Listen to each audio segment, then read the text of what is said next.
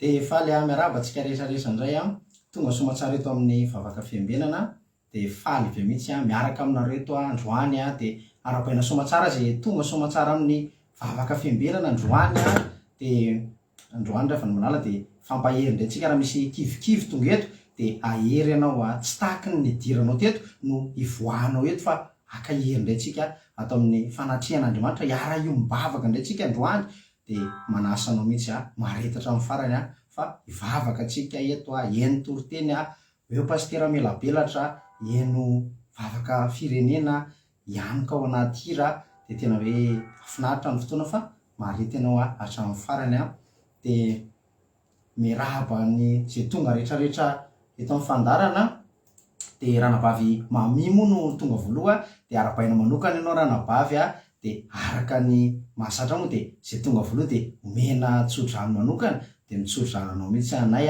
amin'ny anaran'i Jesosy de tena hoe anambina anao anie Jesosy hiaro anao omba anao amin'ny lalana zay aleanao de tena hoe amirapiratra ny tavany ho aminao zandry mamia de maherezatra any de arapaina koa ranabavy ny aina maheny soa ranabavy $100 ranabavy fambiazana fitahina rahala Thierry Ralbenja Zoko Marizoa ranabavy Sandra Akoina Zoko Mapiona ranabavy Ranta Nirina Marie Charline ranabavy Amboaratsika ranabavy Alita Shanna Antonia tonga soa ranabavy Mavalitina ranabavy Angela Ioa tsika rehetrarehetra zay tonga ranabavy Suzelle ranabavy Lina ranabavy Kota Nela ranabavy Ando Andry Zoko Lovlitina tainy Jesosy daholo atsika rehetrarehetra ny sasa moa lasany ambony fa de tainy Jesosy Zokiaja tainy Jesosy ranabavy Makrina tainy Jesosy ranabavy Nael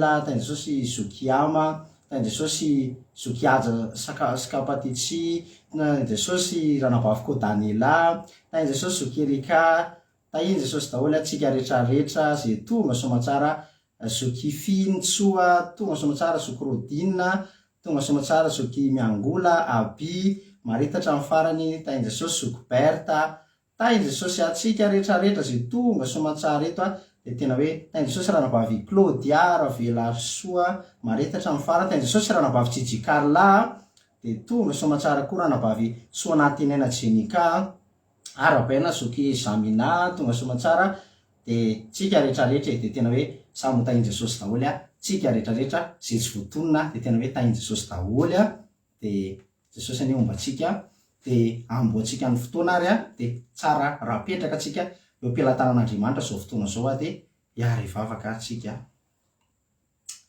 Jesosy malalo sodra betsaka fa tonga somatsara eto indray anao Jesosy ianao ny teny hoe raha misy rona telo miangona amin'ny anarako de eo afovoany Jesosy de tena hoe efa mihoatra androna telo anay Jesosy fa 30 mihoatra Jesosy de tena hoe miandrandra anao anay Jesosy fanainao masina anay Jesosy nenika amin'izao fandaharana zao Jesosy tena hoe hoentin'ny fanatrehanao ny herinao masina Jesosy de tena hoe kiny feno ampelantananao zao fandaharana zao Jesosy tena hoe ndrano masina Jesosy ikorina amin'ny connexion ikorina amin'ny fandaharana ikorina amin'ny telefona ikorina aminay tsirairay avy Jesosy anokatry ny masompananay sokatry ny fonay ahafahanay mandraindray ny teninao androany Jesosy de raisinao fahasoavanao anay mbola hoe ahafahanay meno ny teninao androany Jesosy de tena hoe mitenena amin'ny tsirairay avy Jesosy de tena hoe anao no Jesosy mpampahery indray androany magaga indray anao androany tena hoe anasitrana zay mety marary zay mety kivikivy de ampaherezinao amin'ny teninao Jesosy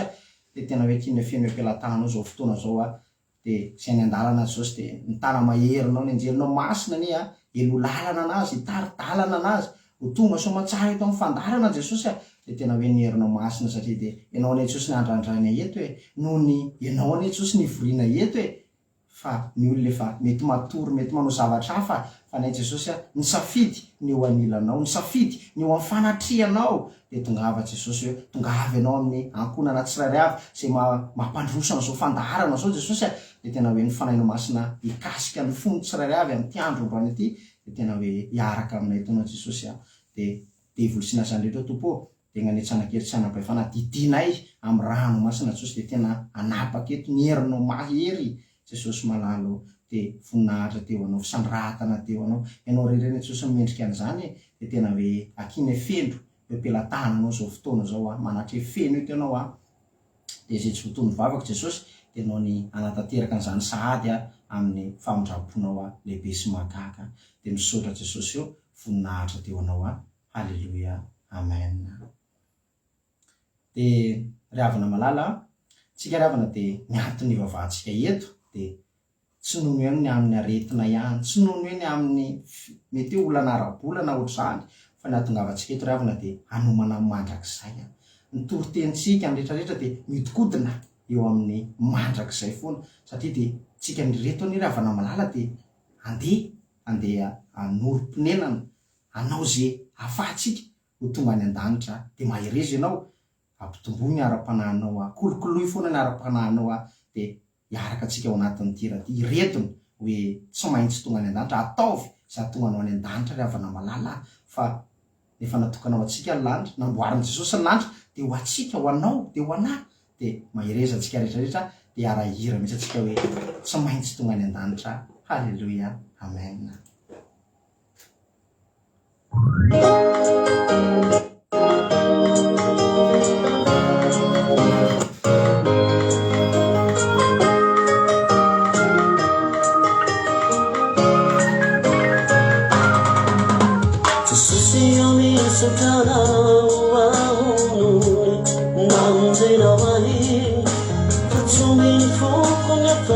Satria nisany andovany lanitra ka hamne kuretra noandoko anao Jesosy namora no sarotra ny lalano diavy na tsy maintsy tonga lanitra Jesosy misaotra anao ahonony namonjena mahy patsombiny foko ny afaleko satria nisany andovany lanitra ka hamneriko rehetra noanikoko anao Jesosy namora no sarotra ny lalano diavy na tsy maintsy tonga lanitra tsy maintsy mavondiao tsy maintsy tonga lanitra tsy maintsy anitakany la Jerusalema vavany tongotro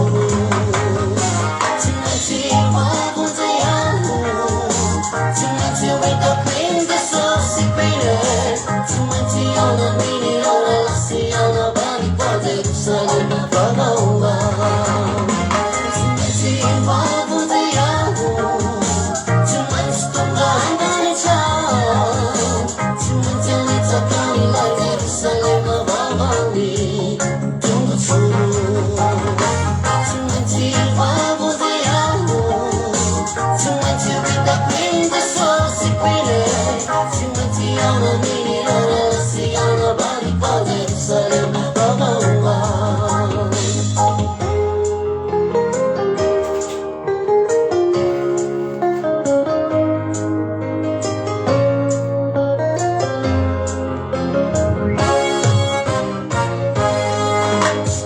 Rehetrarehetra sy filana maro misariky isan'andro mitady andavo mety voloko dia tsy mitsarotra mitondra ireo fankapanay tsy fantany fa ny foko sy ny saiko tsy ampentsony fa any ambony any tsy amitsiko natakaloako any zava-mandalo ny famonjeny fazoko rehetrarehetra sy filana maro misariky isan'andro mitady andavo mety voloko dia tsy mitsarotra mitondra ireo fankapanay tsy fantany fa ny foko sy ny saiko tsy ampentsony fa any ambony any tsy amitsiko natakaloako any zava-mandalo famonjeny fazoko tsy maintsy mavondiao tsy maintsy tonga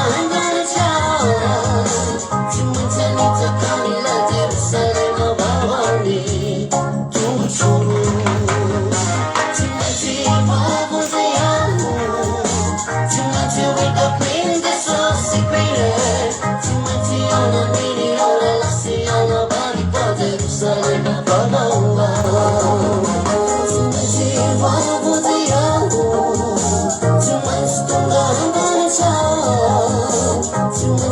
Takanilay Jerusalem avavani Tonga tsuru Tsumanti vavudayano Tsumanti vitapinda sosi quire Tsumanti ona mini ona lasiana barika Jerusalem avavani Tsumanti ona mini ona lasiana barika Jerusalem avavani Tsumanti ona mini ona lasiana barika Jerusalem avavani Tsumanti ona mini ona lasiana barika Jerusalem avavani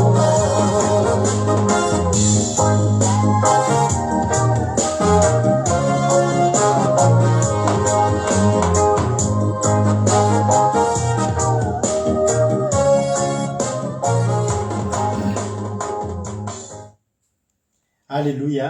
Soratsika an'Andriamanitra zany iry zany a. De soratsika be dia be koa raha latojo nalaiky nataon'Andriamanitra fitaovana teto androany a, niaraka tamintsika tao anatin'izay fanombohana izay. Afinaritra moa ny fiarahana.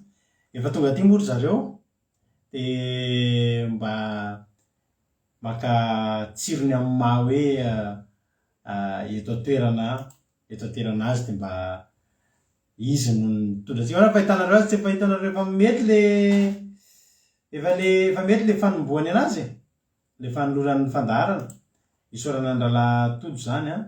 De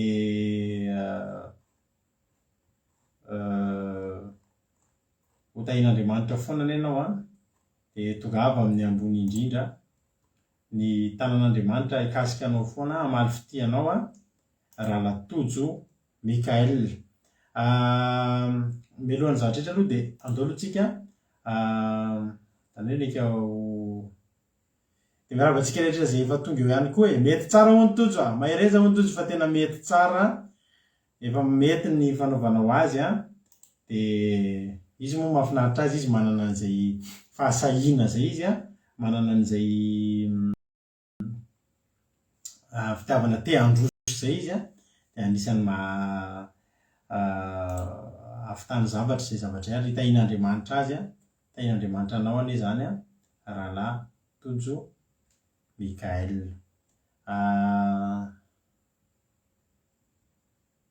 Raha pitsotra zao tsika efa ay raha pitsotra zao tsika raha zao lery zao a, efa ao anaty toriteny.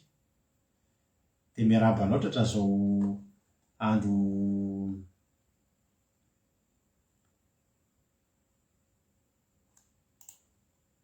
melohan'ny Pasika izao.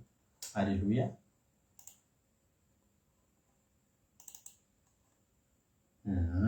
Ohatr'izao izy menakavy kely rehefa totokantrano ato a.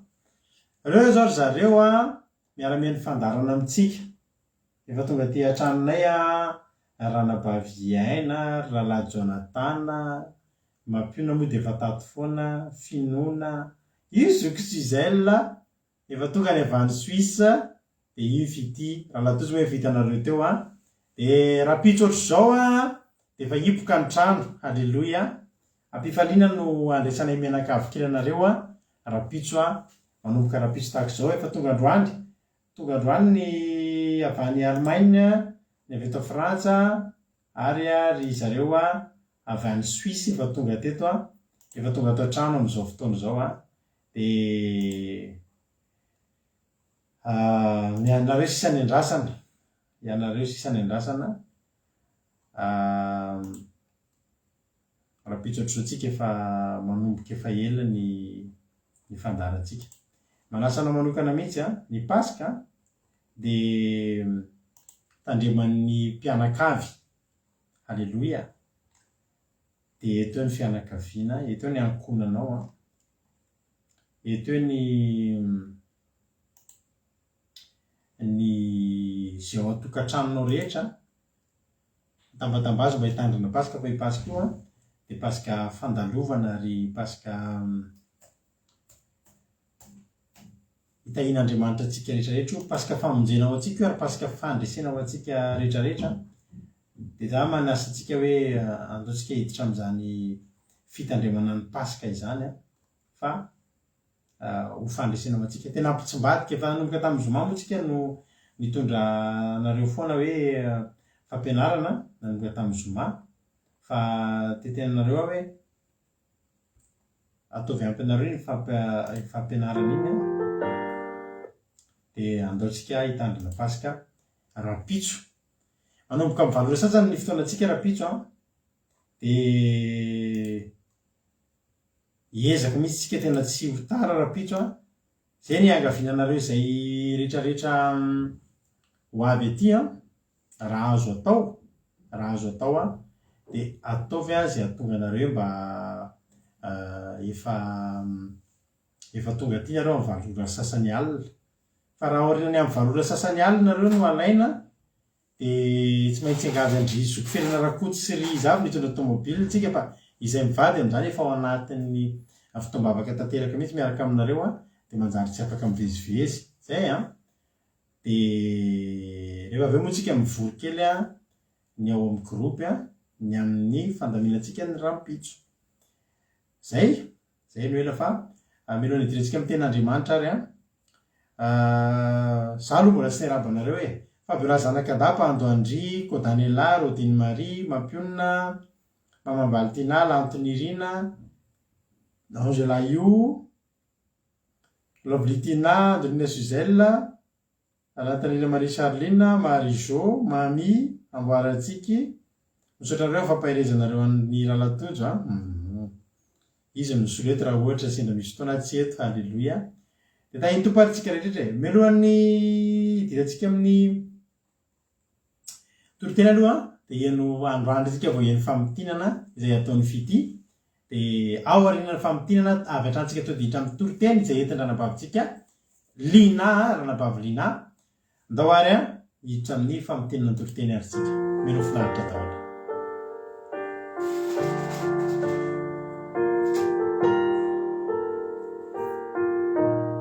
Que la paix de Dieu soit avec vous, frères et sœurs.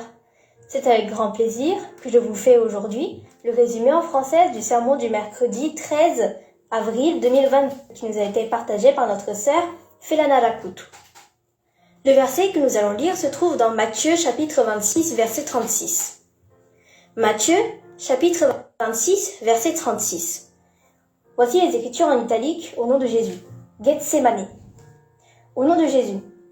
Là-dessus, Jésus alla avec eux dans un lieu appelé Gethsemane, et il dit aux disciples, « Asseyez-vous ici, pendant que je m'éloignerai pour prier. » Il prit avec lui Pierre et les 2 fils de Zébédée, et il commença à éprouver de la tristesse et des angoisses. Il leur dit alors, « Mon âme est triste jusqu'à la mort. Restez ici et veillez avec moi. » Puis, ayant fait quelques pas en avant, il se jeta sur sa face et pria ainsi, « Mon Père, s'il est possible que cette coupe s'éloigne de moi, toutefois, non pas ce que je veux, mais ce que tu veux. Amen. » Alléluia.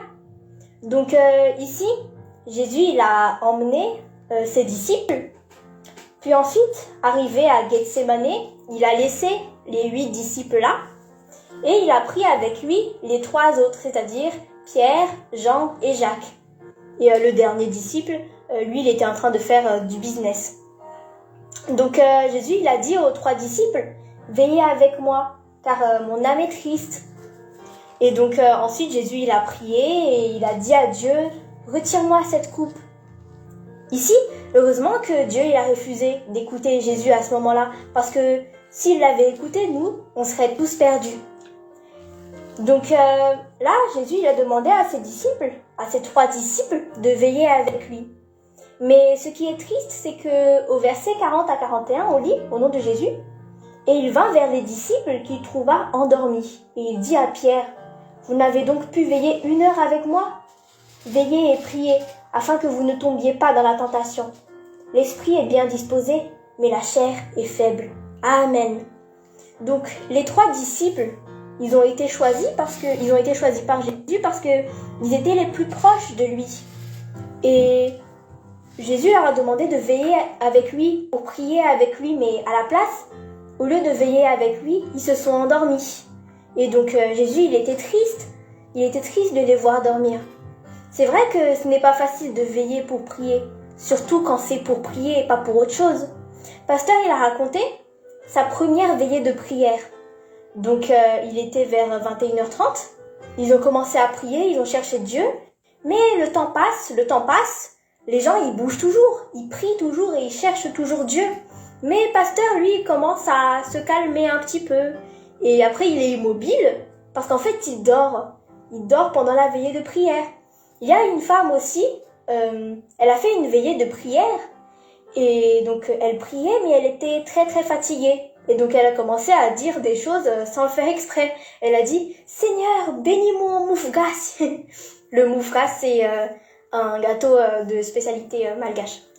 Donc là, Jésus, quand il a vu ses disciples dormir, il était triste, parce que c'était la première fois qu'il avait besoin de leur aide. Depuis le début, c'était Jésus qui a aidé les disciples. Par exemple, il leur a donné la force pour chasser les démons. Il a opéré des miracles. Par exemple, Pierre, lui, il avait pêché toute la nuit, mais il n'a eu aucun poisson. Mais après, Jésus, il a opéré un miracle. Et ensuite, Pierre, il a eu plein de poissons après. Mais là, c'était la première fois que Jésus avait besoin de leur aide. Mais les disciples, au lieu de veiller avec lui, ils se sont endormis. Alors que si on avait demandé à Pierre d'aller pêcher du poisson, Pierre, il aurait accepté et il n'aurait pas dormi. Nous, par exemple, si on va dans un bal, nous, on n'est pas fatigué quand on va dans un bal. Même à 5 heures du matin, on reste éveillé. Même à 5 heures du matin, on a envie de danser. Pareil, s'il y a un match de foot, on n'a pas envie de dormir. Mais quand il s'agit de prier, c'est difficile. Parce que c'est quelque chose de spirituel. Mais si tu fais des efforts, tu vas réussir à veiller pour prier. Jésus, il a fait plein de choses dans ta vie. Il a sacrifié sa vie pour toi. Donc, sacrifier un peu ton sommeil pour lui, c'est le moins que tu puisses faire pour tout ce qu'il a fait pour toi.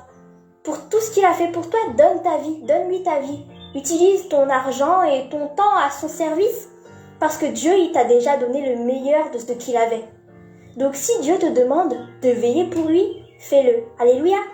Marc chapitre 13, verset 33 nous dit « Prenez garde, veillez et priez, car vous ne savez quand ce temps viendra. » Donc ici, on nous dit bien de prier, de veiller. On a besoin de prier pour justement ne pas être fatigué. Alléluia. Voilà pour le résumé en français du sermon du mercredi 13 avril 2022. Que Dieu vous garde et que Dieu vous bénisse.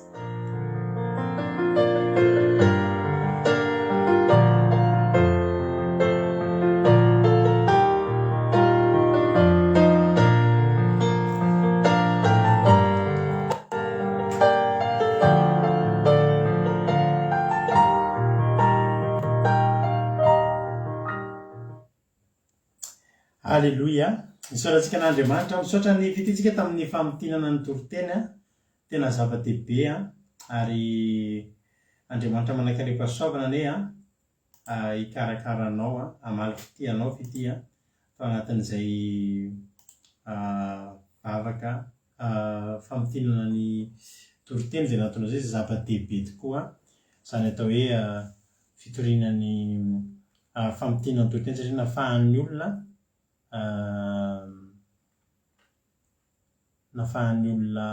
niaino ho an'izay tsy nahaino omaly. Dia Andriamanitra manankarepasoavana anefa ity hamaly ty anao dia tongava amin'ny ambony indrindra, atao fa ny asan'Andriamanitra dia mahereza. Alleluia. Hitra amin'ny tenin'Andriamanitra ary tsika izay hoentiny ny anabavintsika ranabavy Lina. Alleluia. Zanaka ranabavy Nathanaël Marie Charline. Izy hitondrantsika ny tenin'Andriamanitra amin'ity androany ity izay hisorantsika azy tokoa satria tonga ny anjarany dia tanterahany ny anjarany ny anjarany sa fanompona izay ataony. Ka dia tsy andrena tsy efa lasalasa ihany ny fotoanantsika to dia hitra avy hatrany amin'ny tenin'Andriamanitra ary tsika.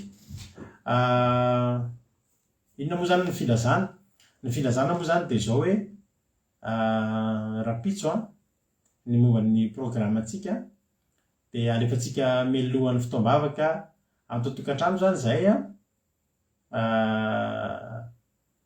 dia hiditra amin'ny fifanasana tongotra izay tahaka nataon'i Jesosy.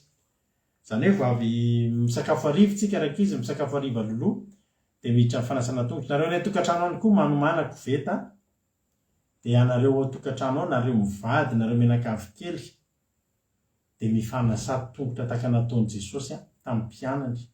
Zava-dehibe zany amin'ny fanatanterantsika ny Pasika. Ka ny antsika raha-pitso rehefa tsika melohan'ny fotoana ny fifanasana tongotra dia miditra amin'ny fotoam-bavaka amin'izay tsika miditra mampionina, mitarika fotoana, mitarika vavaka dia tahaka ny mahazatra miditra avy eo mitondra ny tenin'Andriamanitra. Dia faranantsika mifandraisana amin'ny fanasan'ny tompo raha-pitso nareo rehetra ny tokantrano any. Faranantsika mifandraisana fanasan'ny tompo raha-pitso. Tapitra ny alom-bavaka dia amin'ny sabaty tsika ny maraina, dia amin'ny 7 maraina tahaka mazatra dia naraka ny fandaran'izy mirahalahy dia ny fampitinana ny toriteny sy ny commencement ankira izay ho ataon'izy ireo mivantana ohatran'ny nahitanareo andralan-tojo teo. Halleloia. Dia itoy ary amin'io dia ahita zavatra somary vavaonareo irahantsika amin'ny sabata fa tsy ho teny impeto izy manjary nareo ankizy ireo tsy mbola tsy mahafantatra ny zavatra ho atao fa ny tena marina tena hita zavatra vavaonareo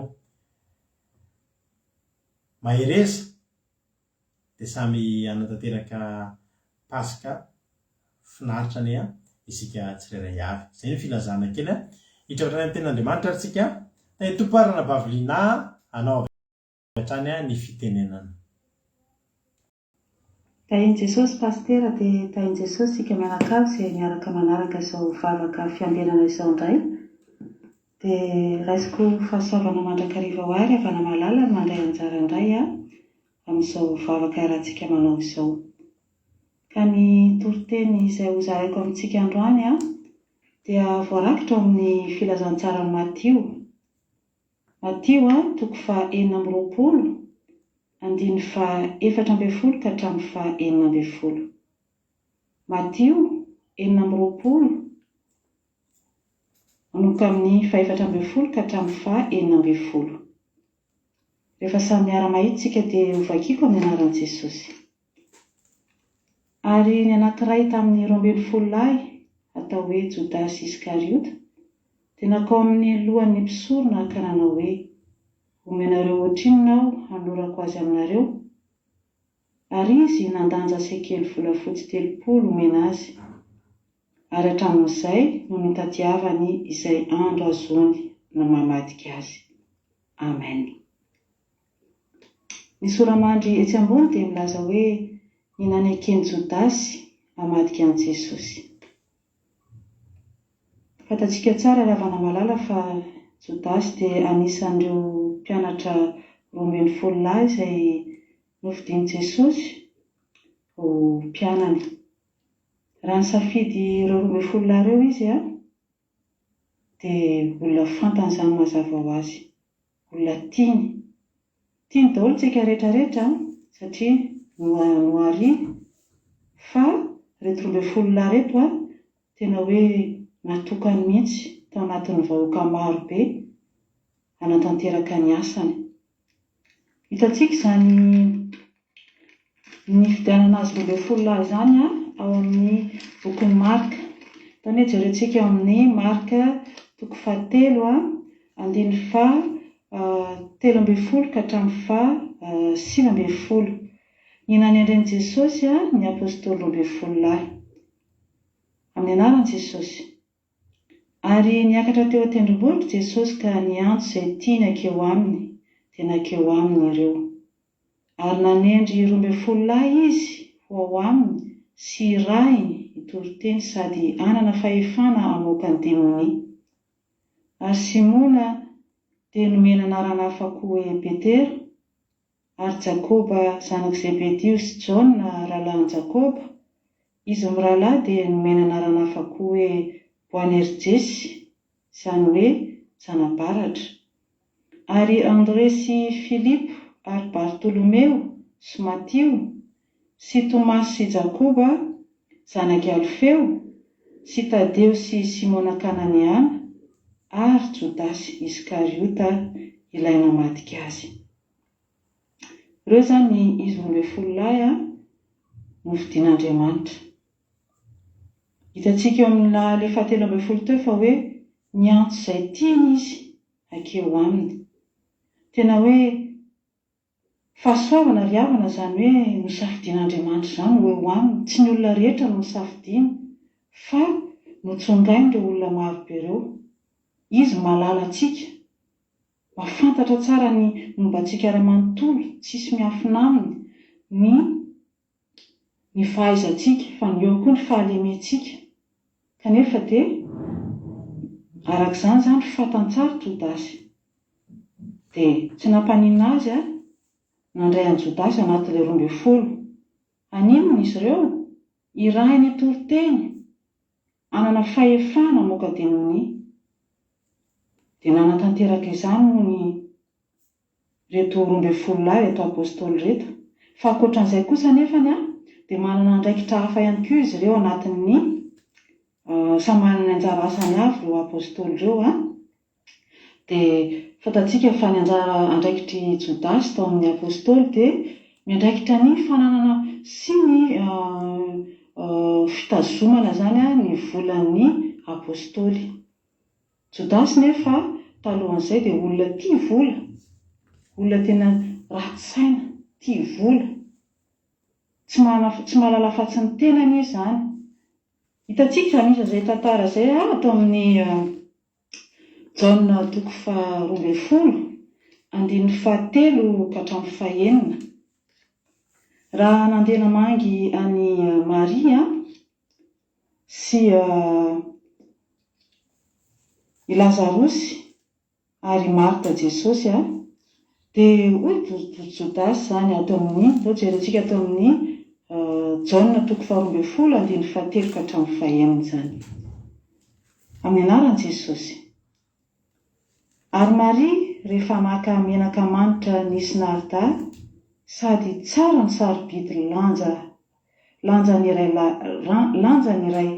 livatra, dia nanositra amin'ny tongotry Jesosy sy namoaka ny tongony tamin'ny volondohany, ary feno ny antony menaka ny trano. Ary hoy Jodasy Iskariota, anankiray tamin'ny mpianany, ilay efa hamadika azy, nahoana io menaka io no tsy amidy denari 300 ka omenany malahelo? Ary izy no nilaza izany tsy noho ny fiahiany malahelo, fa satria mpangalatra izy sady nitondra ny kitapo ka naka izay tao anatiny. Amen. Hitantsika amin'izany ry havana malala fa ny Jodasy tsy mba nafeny mihitsy ny toetra ratsiny. Miharihary, fantatry Jesosy olona tia vola, kanefa mbola tsy nampanina an Jesosy fa mbola nataony isan'ny 12 lahy ihany. Miala neniny Jesosy ry havana, miala neniny. Jodasy kosa nefa etsy andaminy nitady fomba amin'ilay olona tia vola azy, nitady fomba rehetrarehetra hoe azahoana vola. Tena tsy nirarahan'inona mihitsy na Andriamanitra ito na tsy Andriamanitra ito, vola ihany no tao anatin'ny sainy. Dia fantatsika tsara moa raisitsika araka ny Matio 9:20 io, fa dia tena sahany mihitsy no nanantona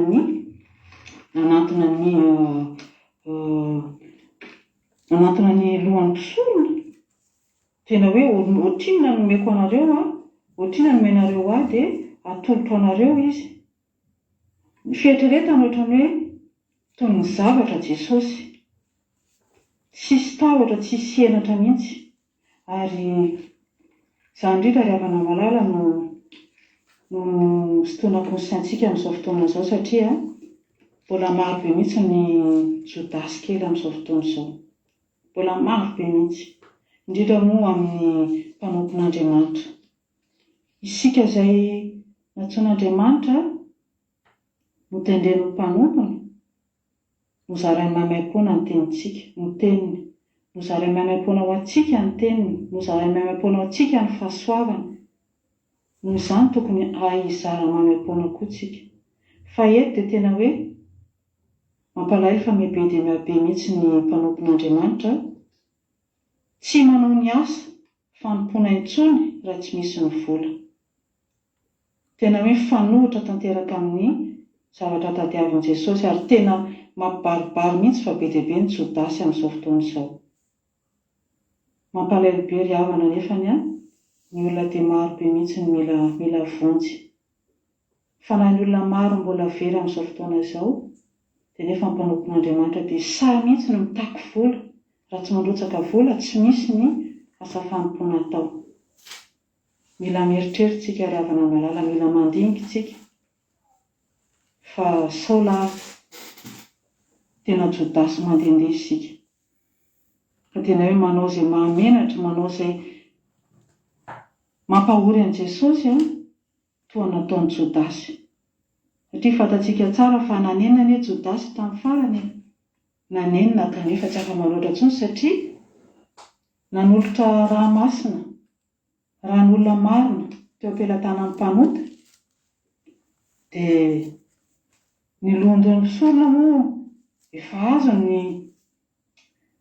azony ataontsika ohatrany hoe akôro, dia zareo tsy te-halala intsony. Araka hitantsika izany atao amin'ny Matio 7:20, 9:7 ka hatramin'ny 5. Vaky toy izao ny anaran'i Jesosy manao hoe: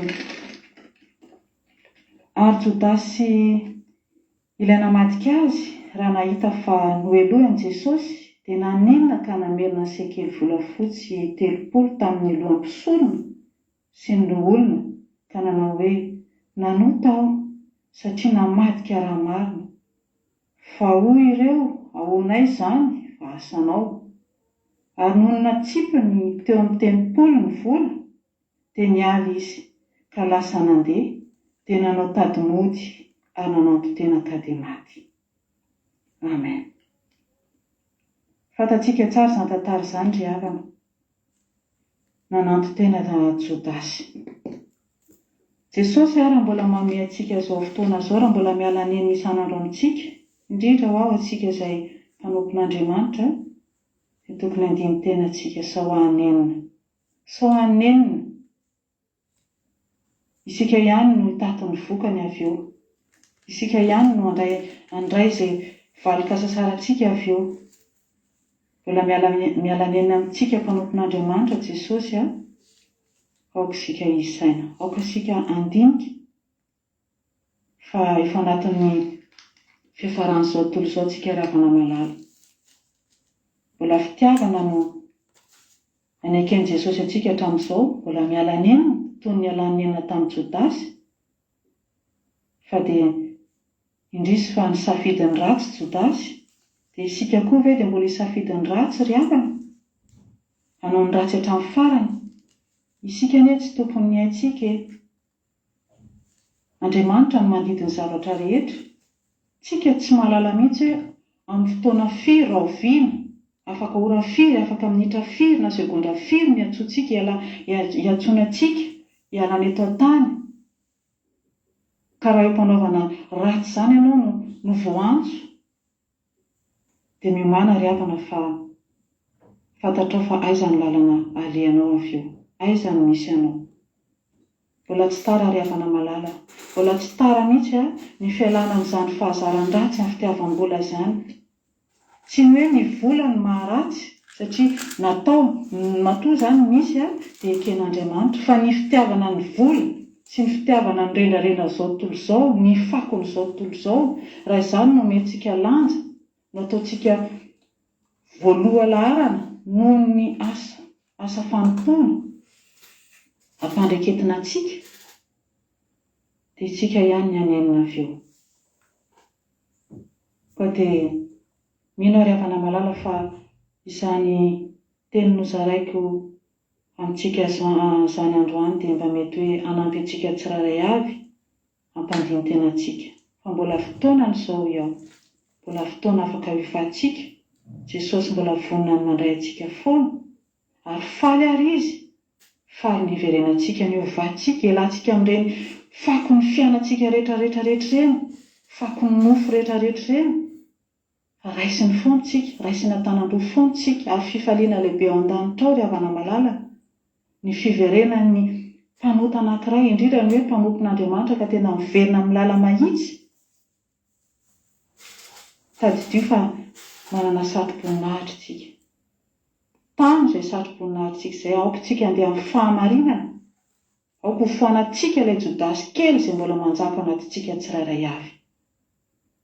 Dia misaotra antsika rehetra ry havana malala, ny aino hatramin'ny farany. Dia ho an'Andriamanitra irery ny voninahitra sy dera. Alleluia. Amen. Alleluia, alleluia. Tena mankasitraka ranabavy Lina. Misaotra indrindra fa mahafinaritra be mihitsy ny toriteny ary mifandray indray amin'ny Pasika izay efa iomanantsika fantatra moa izany toriteny nentinao izany. Ka dia misaotra indrindra ary Andriamanitra manankareo pasoavana hamaly fitianao be dia be tamin'ny asan'Andriamanitra izay vitanao. Mahereza, tombo fahasoavana tombositra, Jesosy hamaly fity. Alleluia. Dia mankasitraka indrindra. Misaotra anareo koa mankasitraka an'izareo satria mampahery an'izareo foana ireny fankasitrahana izay ataonareo ireny. Dia tahiany Jesosy isika rehetrarehetra. Resaka momba ny Jodasy ihany tsika raha-pitso anatin'ny Pasika. Fa dia voaresaka matetika moa ty rahalahy ty. Maki ten'Andriamanitra avy hatrany antsika. Fakitsika ilay ten'Andriamanitra nentin'ny ranabavitsika teo dia any amin'ny Mateo 4:20 ka ny 9:4 no nentiny tamintsika teto tamin'ity androany ity. Amin'ny anaran'i Jesosy ary ny anankiray tamin'ny 12 lahy atao hoe Jodasy Iskariota dia nankao amin'ny lohan'ny mpisonina ka nanao hoe otsinina. Menareo otsinina. Menareo otsinina ny lorako azy aminareo. Ary izy nandanja sekely volafotsy 30 mena azy. Ary hatramin'izay no hitadiavan'izay andro azahoany mamadika azy. Sekely volafotsy 30. Mety misy mieritreritra angambonareo fa miliary zany. Ny sekely volafotsy dia anisan'ny vola tsy dia tena nanan-danja tao amin'ny Baiboly. Tsy volamena ilay izy fa volafotsy. Ho anareo mety tsy misy tsy mahalala zany hoe sy ny ahoana ary zany. Dia anoezako hevitra anareo ny voalohany ny sekely. Ny sekely volafotsy anankiray dia milanja 3 grammes 79. Misy mpanefy veto. Mety misy mpanefy veto mpanefy volafotsy na volamena na varahana mety mahafantatra hoe ohatrinona zao ny gramman'ny volafotsy. Misy mahalala eto mba misy an'izany. Tsara kotsika mba mifankalala raha misy an'izany eto Misy mpanefy miaraka amintsika eto na tsy mpanefy fa mpivarotra firavaka. Mpanao aferana firavaka volamena volafotsy. Ohatrinona zao any amintsika any Madagasikara ny gramman'ny volafotsy. Tsy fantatro, za tsy mahay. Volamena ny haiko taloha fa tsy haiko intsony izy amin'izao. 10,000 ariary ny gramma. Ny gramma verana bavy fombiazana fitahiny. Misaotra anao aloha manome an'ilay valiny. 10,000 ariary ny gramman'ny volafotsy. Kely nge zany revany. Ny volafotsy, ny sekely volafotsy anankiray dia milanja 3 grammes 79. Eo aloha mba manao compte kely indray ary tody tsy dia fity dia izavy ilay mba maingakaingana manao compte reny. Sekely volafotsy iray 379 grammes. Dia ampitondroy 30 zay. Dia ampitondroy 10,000 ariary zany raha ny Madagasikara. Izao. Raha ataony compte amin'izao tsika miteny izao. Raha ohatra aloha etiko hanomezana anareo hevitra ihany koa. Ny karaman'ny olona tany Roma taloha raha mpiasa mavitrika dia sekely ray, sekely volafotsy ray isan'andro ny karamany. Sekely volafotsy ray isan'andro no karaman'ny ouvrier, zany hoe ny olona mpanefy, mpandrafitra, mpanao asa tanana mavitribitrika tany Roma. Sekely volafotsy ray. Ka raha ny sekely volafotsy 30 zany dia tokotokony ho karaman'ny olona ray volana. Ary rehefa ataony manam-pahaizana ny mpandinika ny fandiniana amin'izao fotoana izao hoe mba ohatrinitrininy eo ary 390,000 ariary. Mba ohatriny zany en euro amin'izao fotoana izao 390,000 ariary en euro ohatrinina satria raha ny fandinian'ny ny mpandinika hoe io sekely volafotsy 30 io mantsy tsy jodasy nameny prix etretinareo am'izany a tsy fantatry jodasy koa no prix an'ny mpampianatra azy azonao tsy fantany ny valeurany sous-estimé tena amboariny tena hoe tena nambaniny ny vidin'i Jesosy tsy jodasy ny nametraka prix eo nataovy sekely 500 nataovy sekely 70 fa io na tena hoe 30 ny sahanay amin'io hoe 30 sotra ny aina maheno soa eo amin'ny 100 € eo ony zany fa ny tena marina raha aty Frantsa aty Europe de io sekely 30 sekely volafotsy 30 no menany i jodasy io de équivalent-na eo amin'ny SMIC-tsika eo zany hoe eo fa équivalent-na 1300 € 1200 € eo io sekely volafotsy 30 io raha am'izao andrenantsika zao de teteny aminao ary mety mavita inona eo amin'ny fiainatsika 1300 € mavita zavatra tsy mavita fa raha manatona an'ireny nareo mampatatra an'le congolais reny ny congolais inavy ny afrikanina mpanao an'le sapy le manao sapy sapeur ny fiantsoana zareo le mividy zavatra lafo be ny asan'ny zareo gardien zareo miasa mikarama 1300 € fa izy mividy complet ana 1500 € mividy kirarona 2000 € fa nitandrenareo mafantatra sapeur nareo soatrandreo manome an'le compte rehetrarehetra ny sapeur de reo olona tena manao zavatra tena tsy takatra tia mividy zavatra lafo tia oeraoera ohatra zany zao de t-shirt ako t-shirt tosiny t-shirt zay fa le marika farak'izay lafo be de mety vidiko 400 € zany zao t-shirt ty fotsiny poketra io araka teninay la kiraro montre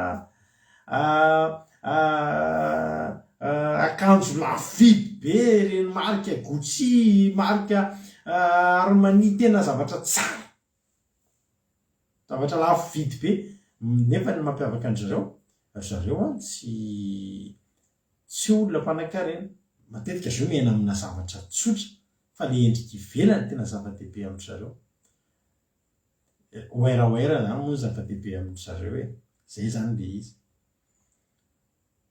de eo sapeur nge zany 1300 € zany tsisy dikany amin'ny fidanany cravaty sy lobaka zany de lany zany no ny vidin'ny vidanany ny varotana tsy ny varotana moa zany tsy ny varotana fa io no sahan'ny olona io no nomen'ny olona nandanjandry zareo sekely volafotsy 30 mena anazy ny zavatra nampalahelo anefa de zao ny vidina zavatra marina tsy mitondra naiza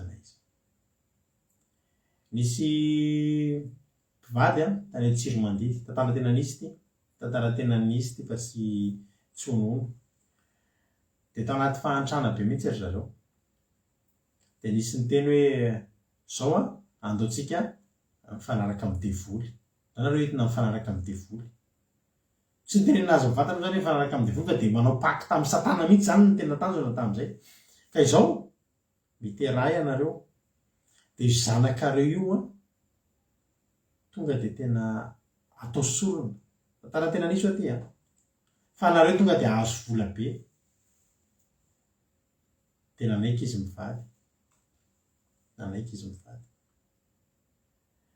rehefa nanaiky izy mivady de nitoejaza le ramatoa de izany zany tonga de faomena tsy hoandry zareo io zazy rehefa teraka fa ry zareo koa zany voananomboka nanaiky an'le zavatra natao nisy fifanarahana natao teo nisotro raha tsy fantatro zavatra matsiravina be de zao nanomboka nahazo vola ry zareo tonga de nanomboka nahazo vola nanomboka tonga ny vola manao pacte amin'ny satana nanomboka tonga ny vola nanomboka niova ny fiainana, manomboka mebevoka fa tonga ny fotoana aterahana ka hainao ihany zany fondreny zany teraka le zaza tonga de nalaina tsy hitantsona nanomboka teny efa natolotra nalatsatra finoana natao sorona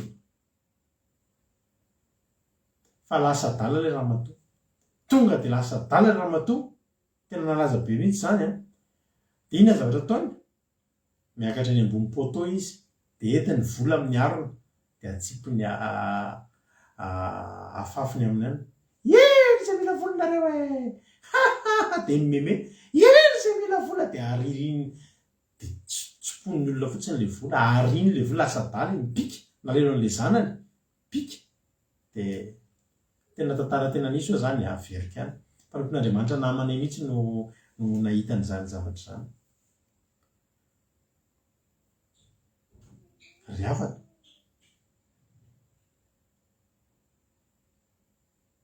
i Jodasy tsy nihinana tamin'ny vola io na ny kely azy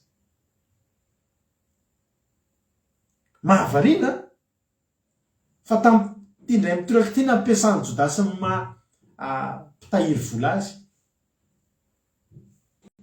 voalaza ny ten'Andriamanitra fa Jodasy de nangala tety tena zay mihitsy nangala tety mitazona ny kitapom-bola mpianatra izy de mangalatra izy ry havana hitanao mety manao surfacturation izy na mety ohatra hoe zavatra vidina mofo vidina enao manao an'izany raha baba marina ty anahy fa misy olona tena be dia be manao an'izany am'izao betsaka ny olona manao an'izany am'izao fotoana izao tena zay anao nanavina ohatr'izany za nanava tamin'izany zay mbola kely de io havana io panina karena tsy nisy ohatr'izany de tamin'izany zay nanomboka efa neno an'izany te resaka ny olo-dehibe eo atany manao paky tamin'ny Satana tena manao paky tamin'ny Satana ary ny devoly rehefa mifanaraka amin'ny olona de aina foana ny ataony takalo ny sorona mody metomboka amin'ny akolamena sy ny sisa io fa mefara amin'ny olona io de jerenareo daholo reo olona malaza mpanan-karena be reo tsisy vitsy am'ireo samy teraka fa lao mananga anjazy satria fantatra fa ny devoly aka an'izay tiany vola ny tianao izy ny devoly meko anao fa ny any tiako ny fanahy olona ty zanako tianao io ary le havana izay ny zanany ihany ny tsy maintsy natao sony de io zanany io lasa dala loza nge za manao paky tamin'ny Satana zany ry havana malala loza aminatao de jerenareo reto olona malaza be reto fa jere daholo ny tantaran'ireo na meny ny devoly azy zay ilainy nalaza na voninahitra na vola fa ao ambadimbadika ao misy ranomaso fidradradradrano ao zany vola 30 sekely zany vidina andevo zany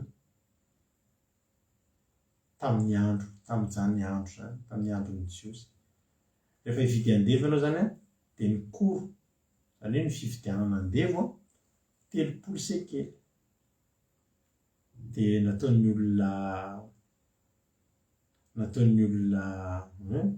reny zao reny zavatra teneny fambeazana fitahiny reny zazatsita reny zavatra enjany reny ny devoly mila sorona ary hitanareo zavatra ty avokako aminareo eto androany ny olona am'izao de misy karazana devoly afaka mamela azy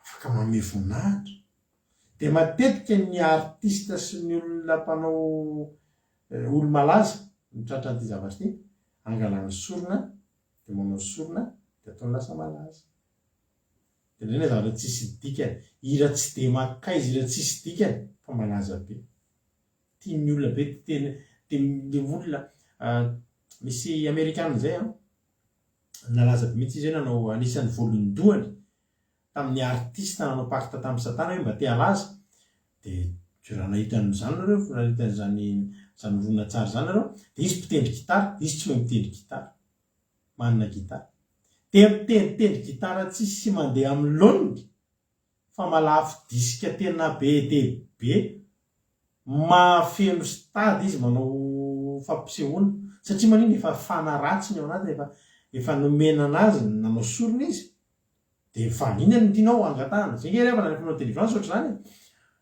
misy olona mitantara mihitsy hoe mivory zareo ao Ambomahitsy ao Madagasikara ao zany zavatra zany no mitranga. Tsy olona namiko mamoaka zavatra ohatr'izany hoe devoly tsy maintsy alaina baraka. Dia io olona io olona tena olona efa tena satanika mihitsy. Dia zareo tantarainy anay manao vola sandoka ny spécialité, samy manana spécialité any fa ny zay rahalahy zay manao vola sandoka. Dia manapaka taratasy zareo atao vola dia mandeha makany amina ranany an'inona moa mampionina izay ohatry ny ranany Ambohidratrimo sa izy dia atao anaty sakosy dia atsofoka anatin'ilay rano efa ao amin'ilay toerana misy an'ilay potaiza zany dia mivoaka avany taratasy any io fa zay omeny an'io mahita hoe vola io dia vidanan'izay tiany dia mivory zareo dia samy manana izay faniriany. Dia matetika tafavory eo daholo olona ohatra olona sahirana, olona tsy mbola manam-bola, olona ny anaty fahasahiranana, olona nahilikiliky ny olona tsy mba mahay fianarana, olona ratsy tarehy tsy mba mahazo vehivavy, tena maro zany teko zany. Dia rehefa tonga ohatry dia samy manoloana an'ilay potaiza dia mivory zareo rehefa isaky ninona moa alina be dia mivory amina toerana anankiray dia tonga eo tena tonga eo en personne mihitsy ny devoly. Satana tena miteny inona ary tsara-panahy be io ny devoly ny zareo inona ny tianao ary dia zahako tena tsy mety manam-bola mihitsy aho. Dia aseny manoratra mirandry manao soni lozy. Raha misy aminareo eto mihaino ty fandarana ty mba nandeha amin'izany contactevanay amin'ny MP fa mila délivrance tena matanjaka nareo, mila asorina nareo, mila avotana nareo ny fanahinareo. Dia inona ozy nareo ry havana tena dia zay mangataka dia mahazo zay ilainy. Dia nen'ilay rahalahy zay sahirana ara-bola vao mivady kely zareo tamin'izay dia vao mivady kely dia raha tsy diso to bevoka angamba ilay vehivavy dia tsy manana na hoe vola ety fiterahana fa nandeha nahita an'izay rahalahy zay dia nakany dia mahazo vola, mitondra vola amin'ny sakosy dia mividy izay tiany. Dia iny vola iny efa izay olona mandray an'iny vola iny tonga any an-trano na ohatr'izany dia mahatsapa mahita hoe vola sandoka kely izy taratasy fotsiny fa tratra fandrekirekena rehefa eo satria efa misy fanaratsy dia vonge mahay zavatra.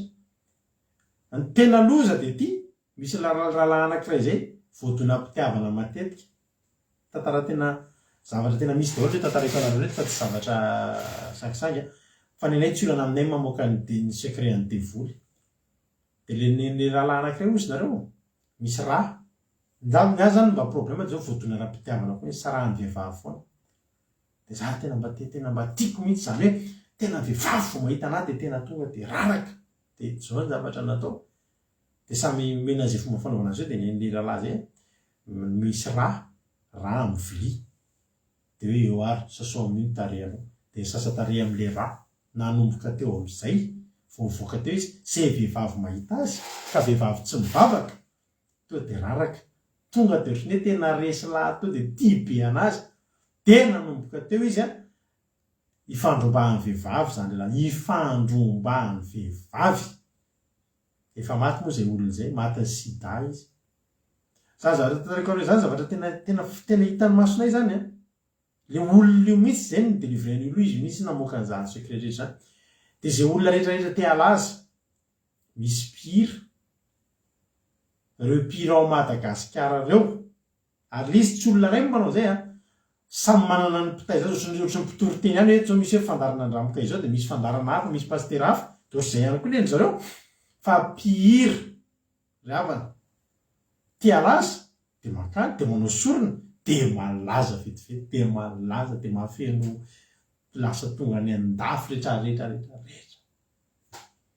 ary ny tena nampalelo anay mpanao politika aloha dia feno député, sénateur, ministre rehetrarehetra mpanao politika ny tena betsaka indrindra. Izy délivrer zany olo zany fa nanao délivrance zany olo zany mafy satria tiany dia volovonono zany olo zany fa mafy nanao téléfrance zany tsy navela nivoaka tao am-piangonana tsony zany vao mivoaka de tonga de atosiky ny devoly alatsany anaty mitondra moto izy mandeha amin'ny mare masina iny fa to de tsindriny le devoly misy mitanana manindry de mitady anao accident mahatsirana fa Andriamanitra ay bava la passe de go tena fanaovandreo mpanakanto reo azy fa mpanao politika tena be dehibe mihitsy hoe ilatsaka ho fidiana maire rehetrarehetra de mandeha manao an'izany zao revana malala ny volany Jodasy rehefa kitsika le teny teo any amin'ny matitoko fa 7 any matitoko fa 9 izy nahazo vola de mety falifaly ery mijery vola de nitehirizina tsara ny vola de nanana projet hoe andeha anaovako trano ty sa andeha ampitomboky ty de ataoko inona fa vidina raha marina takan'le izy mivady le nanao sorona ny zanany narina fotsiny ny vola fa lasa dala ary ny devoly de manao an'izany everiny olona fanamany misy an'le mpirarapy amerikana iny le miteny hoe devoly namanay be mihitsy Lucifer fa za tena tsy tonga ohatr' zao ratsy izy ny olona mietrany devoly tia azy ny devoly tsisy fitiavana zany ry havana Jesosy ny tena tia atsika nanome atsika ny aingy ahatonga atsika ny an-danitra fa le olo reny to de very any amin'ny matitoko fa 7 7 ary Jodasy namadika azy raha nahita fanomeloana Jesosy de nanenina ka namerina sikely volafotsy 3 tsisy bangana ny ray tsisy bangana ray zany hoe tsy nisy ninanany Jodasy tsy nisy nitondra fifaliana ho an'ny Jodasy tsy nisy nitondra nininana teo amin'ny fiainany ilay vola azo ny tary tsisy zao ny olona mahantra de miteny hoe zako tena nanao paky tamin'ny Satana fa te hanan-karena fa ny atogavany io arena io ny ela fa tsy mahita fiadana tsy mahita fifaliana amin'io tsy mahita fifaliana amin'io zany aloha ravana manana ariary zato tahin'Andriamanitra toy izay manana 1 million misy ozana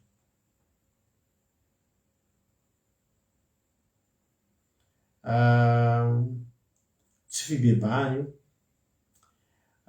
ny olana i Jodasy mantsy raha nabavy ny aina mahitsy soa de volazan'ny ten'Andriamanitra fa sanaky ny fahaverezana i Jodasy zany efa voatendry mihitsy hanao amin'ny mission io ary efa tafalatsaka izy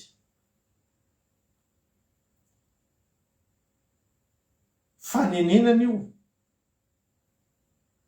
fa tsy fibebahana ary raha nibebaka izy tokony lasaingana izy miazakazaka teo tongotsy Jesosy any ny mpamela heloka ny lohan'ny mpisorona zao zavatra nataony raha ibebaka izy nanenina ka namerina vola sikely 3 teo amin'ny lohan'ny mpisorona sy ny loholona ka nanao hoe nanota satria namadika raha marina inona nataony ahoanay zany fa asanao diso lalana ny fibebahan'ny Jodasy any amin'ny Satana any amin'ny lohan'ny mpisorona raha any amin'Andriamanitra tsika no mibebaka ry havana de zao ny tenin'Andriamanitra raha miverina ianao de verina aminao koa aviary fandahatra isika aleluia zany ny Andriamanitsika le fibebahantsika diso lalana izy na de mibebaka tokony tany amin'ny Jesosy ary Jesosy na dia ao anatin'ny fitsarana azy afaka mbola mandrehan'ny Jodasy fantatry Jodasy nge zany nefa ny tena marina tsy fantany ihany koa satria araka ny teniko taminao hoe tsisy nina fantany amin'ny Jesosy raha pisy moa tsika tsy teresaka lavabe momba ny Jodasy moa zany androany satria mitoro-tenitsika raha pisy de mikasikasika ny Jodasy fa ny tena marina tsisy nina fantatry Jesosy momba ny fantatry Jodasy momba ny Jesosy na ny priany ary tsy fantany na ny vidiny aza tsy fantany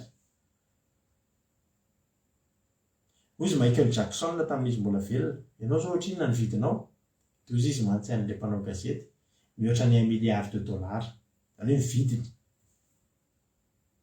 otrina valeranao izy le mpanao gazety tenitsika izy hoe mihoatra ny $1,000,000 izy fantatra ny prix fa ny prix anao io ny prix ako ty prix atsika mbola mihoatra lavitra anao izany fa ny prix an Jesosy tsy fantany Jodasy ary nanenina izy nanota satria namadika raha marina ny devoly ry havana tsy mandray fibebahana zany ozy ny devoly rehefa ho an'ireny olona manao pacte dia manenina ahoanay zany zina moa reliko an'izany afera efa raikitra iny ozy ny devoly nekamerina afera zany raha hoe nanao afera zany zao hoe nanao fivarotana dia nekamerina zany Jodasy ny tanjony tete tena alao averina fa maty antoka ozy ny Jodasy efa vita iny ka andiny fadimy ary noho natsipony teo amin'ny tepolo ny vola dia niala izy ka lasa zay natsipony ohatry ny teteny Jodasy hoe za tsy andray an'iny fa tena mitondra oziny ao fiainako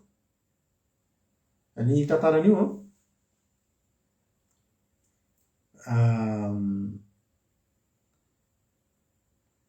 io vola io tsy na ny mpisorona ary tsy sanandray ny vola raha vakitsika ny andiny fahinana lohan'ny mpisorona nandray ny vola ka hoe tsy mety raha latsaka ao amin'ny rakitry ny tempolo io fa vidiny raha ary noho ny aranevitra izy dia namidiny tamin'ny sahampanefy vilany ny vola ho fandevenam-bahiny koa zany naranjany saha zany lasa mandraiky androany hoe sahan-draha hitanao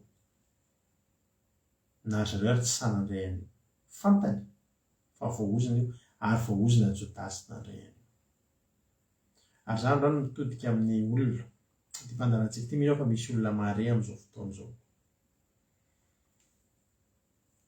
isika rehefa misy zavatra ataontsika mahafaly ny devoly fa tsy mahafaly an'Andriamanitra dia tady ity fa takany mivarotra an' Jesosy ihany tsika ary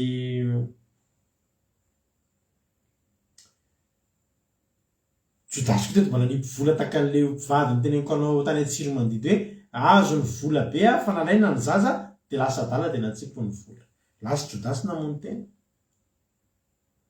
inona moa zay le izy ary rapetsika resaka momba an'io resaka momba an'izany tsika ao anatin'ny pasika fa zao ry afaka malalako ny olona mieritreritra hoe Jodasy zany fa marina angeny tena nabaviliana fa besaka angeny Jodasy kely amin'izao fotoana izao manana fahamarinana ianao anananao ny tenin'ny fahamarinana fa dia io le tenin'le i Jodasy tamin'le vehivavy io foana Jaona toko 12 Jaona toko 12 andininy 15 efa hitan'ny Maria nanasa ny tongotsy Jesosy tamin'ny menaka manitra misy naharidasy sady tsara no sarobidy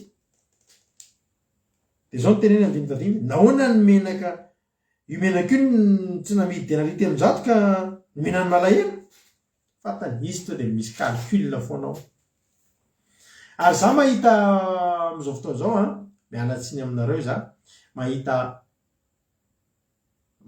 tsy haiko hoe mpanompon'Andriamanitra re mahita pastera any androany afaka miteny tsara mihitsy na satria hananako ngamba ny droit hiteny an'izany mahita pastera takany mitantana orinasa manao fiangonana manao asan'Andriamanitra ary tsy mihetsika raha tsy vola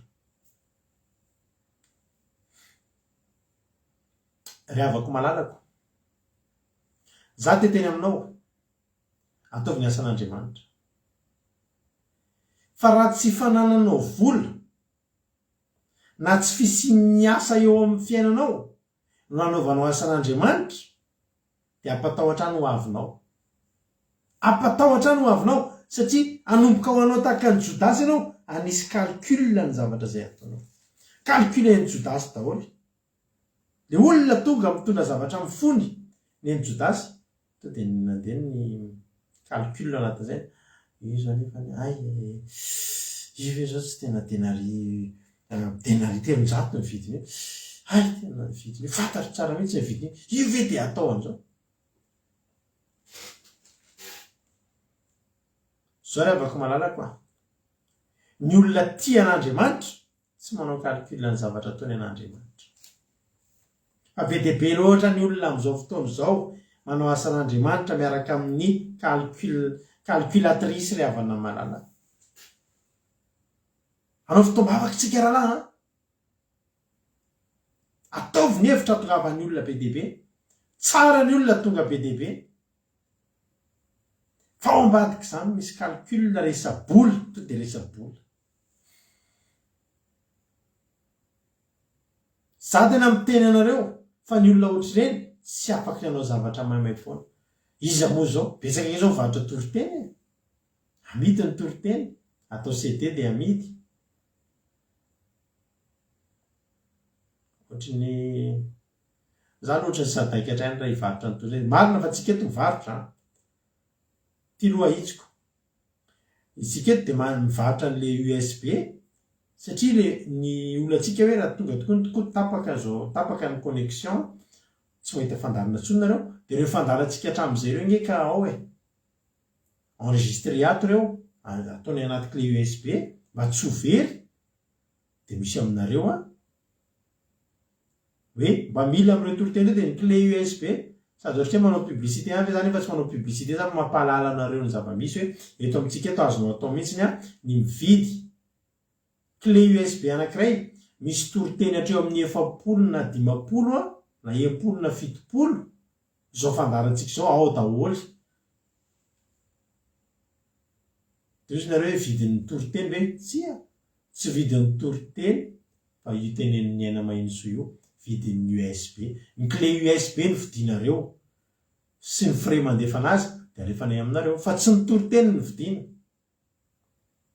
fa raha ohatra hoe clé USB 10 € de amidinay aminareo 40 € le izy vidina toriteny zany ny ampiny ka za menatra tsy sahako ny varotra an'izany avaiza moa ny toriteny izany nanome an'izany jesosy ao amin'ny asan'andriamanitra tsy maintsy misy fahafoizana ry havana atao tsy maintsy misy fahafoizana ao zao zavatra ataontsika zao de misy fahafoizana tsara fantatrao zany sao de venao atao fotsiny ohatr'izao fa misy fahafoizana ao misy fahafoizana eny fa tadidio tsy fitediavam-bola misy ny pastera za zany tsy manohatra mihitsy hoe ny pastera tsy miasa ny pastera fa manao asan'andriamanitra marina ny tenin'ny ranabavy Nael io misy place VIP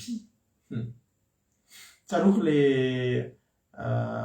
fanentana natao Madagasikara zay izy pastera anao manafatra pastera va ty andafy izy de zao le izy hoe ao amin'ny hôtely ngezabe anankiray Madagasikara le izy sao ny fidipidina lafo be mihitsiny de miampy an'le tsy maintsy manao tenue correct tsy maintsy manao tenue correct za tsy contre ny tenue correct fa nefa kosa ho plaisirany mason'ilay pastera ho avy le invité guest host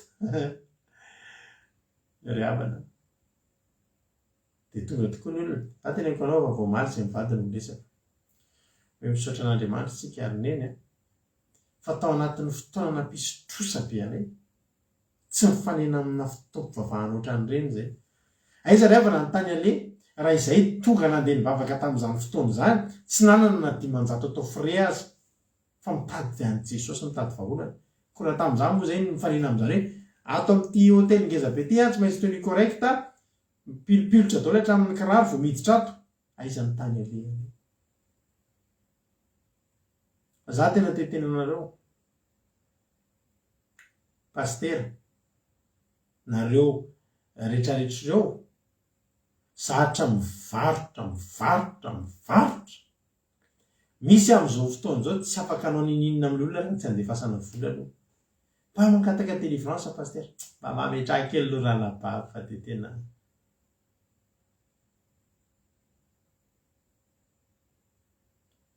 misy olona misy fotoam-bavaka adiny roa fa ny adiny ray latsaka ao anatin'izay fanaovana fanatitra fotsiny fanentanana fanatitra fotsiny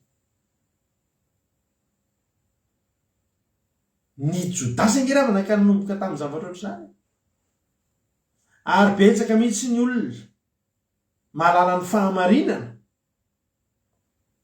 hoe zao no tena fahamarinana n'ity tenin'Andriamanitra ity, tsy tokony hanao an'izao, tsy tokony hanao an'izao fa zao le izy hoe tena tsisy olona tsony raha vao tenenitsika zany fa andao andeha am'izao raha am'izao metimety amin'ny olona de zandra zay mety amin'ny olona ny toriana tsy zay mety amin'Andriamanitra. Za te teny aminareo ho adinina anareo hatramin'ny centime.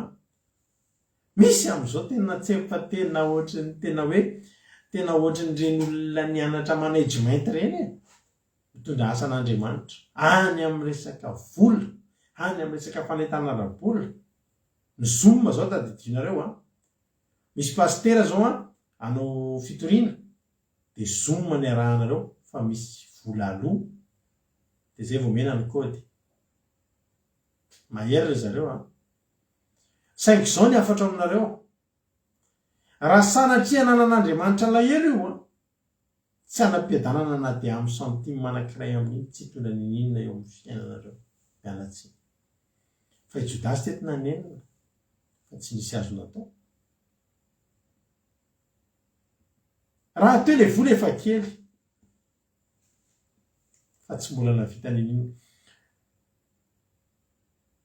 mafoy izy anao.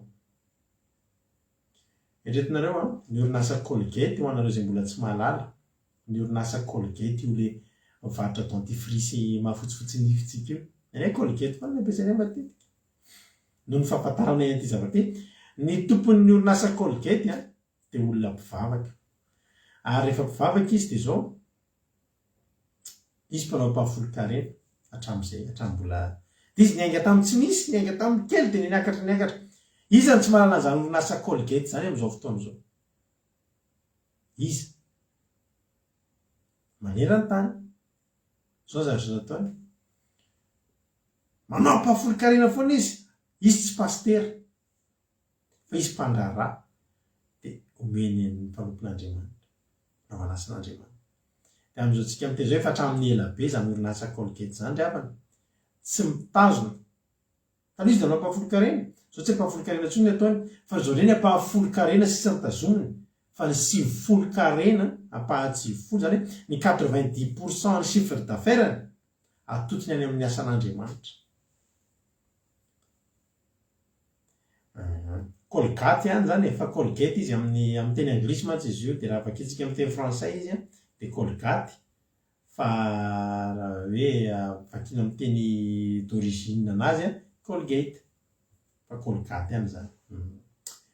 De zao ny tenin'io tompon'ny orinasa Colgate io efa betsaka ny azoko ny 10% sisa ny ampahafony ny ampy velomako sy idonan'ny orinasa de ny 90% ny azy atotony amin'ireny asan'Andriamanitra ka maliela anohanana asan'Andriamanitra meny ny mpanompon'Andriamanitra. De fisy tsy pastera mifanohatra indray zany izy le tsy mitotaly ary za mino fa ho tahin'Andriamanitra foana zany société zany tany orinasa angezabe zany. Zany tiako atongavana riavana de zao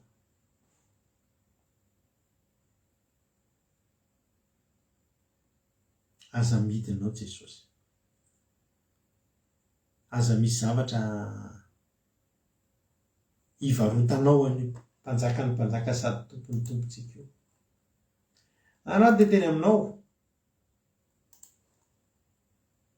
ho avy ny pasika tsika rapitso antotosa pasika isika hitandrina ny pasika isika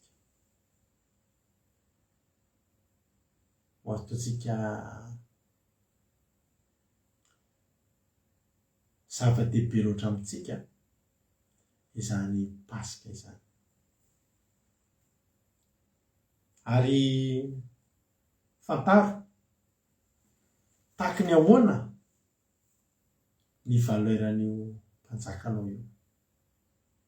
Raha izy hoe telopolo sekely io tsisy dika angena raha tandremana io rapiso na tsy tandremana, tsisy dika angena hiaro torintsika rapiso na tsy hiaro tory, tsisy dika angentsika na hitomany na tsy ho latsa-dranomaso na tsy ho latsa-dranomaso ry havana.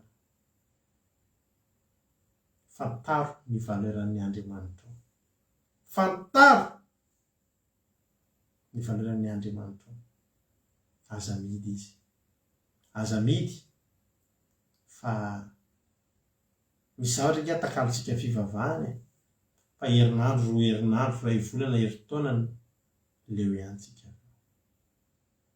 aza midy le amidy eto a misy fotoana nge atakalotsika vady ny fivavahany misy fotoana nge atakalotsika vola sy areny misy fotoana nge amiditsika amin'ny asa mandrarahantsika ny fotoana mba ifahantsika mifandray amin'Andriamanitsika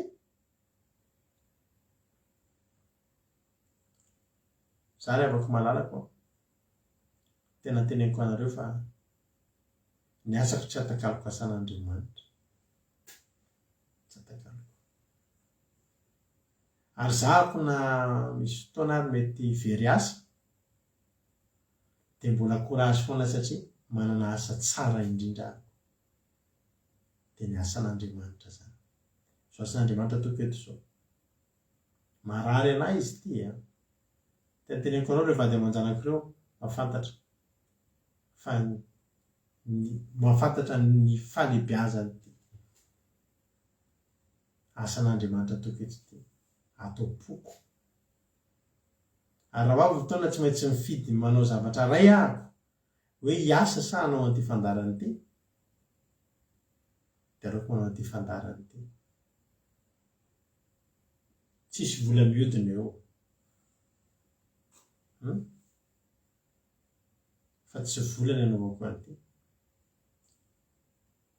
fa fanolorako aho izay mba kely ananako sy izay mbola atao anatiko ho an'ny Andriamanitra androany za teteny aminao hoe mbola Jodasy kely mandehandeha tsika raha mbola miditsika amin'ny zavatra hafa ty fivavahany ty fa fantatrao ankehitriny fa rehefa azo Jodasy io tsy nihinana tsy nifaly tamin'io izy na de kely ary na tsipony tamin'ny tany fotsiny nefa tsisy azo natao tsony ko raha izany ihany inona nanaovana azy tsy nilainy tsony Jesosy de namidiny nataony varobobo namidiny mitovy fidy amin'ny andevo fa ianao kosa androany tsy ohatr' zany fa ianao androany afaka miteny hoe Jesosy za mila anao Jesosy ianao asiko valeur Jesosy sarobidy amiko ianao de manao papasika finaritra toatsika rapitso amin'ny fotoanao zay rapitso amin'ny valora sasany iaraka misy valeurany zany Jesosy tsika zany raha telopolo mba nomen'ny olona momba ny atsika tsy telopolo ary tsy amiditsika io tsy atakalitsika fa arena miavaka hotahin'ny tompany tsika tsirairay avy mino fa voarainao ny afatra teto amin'ity androany ity tendaotsika anao an'ity hoe Jesosy ilaiko ianao ilaiko ianao alleluia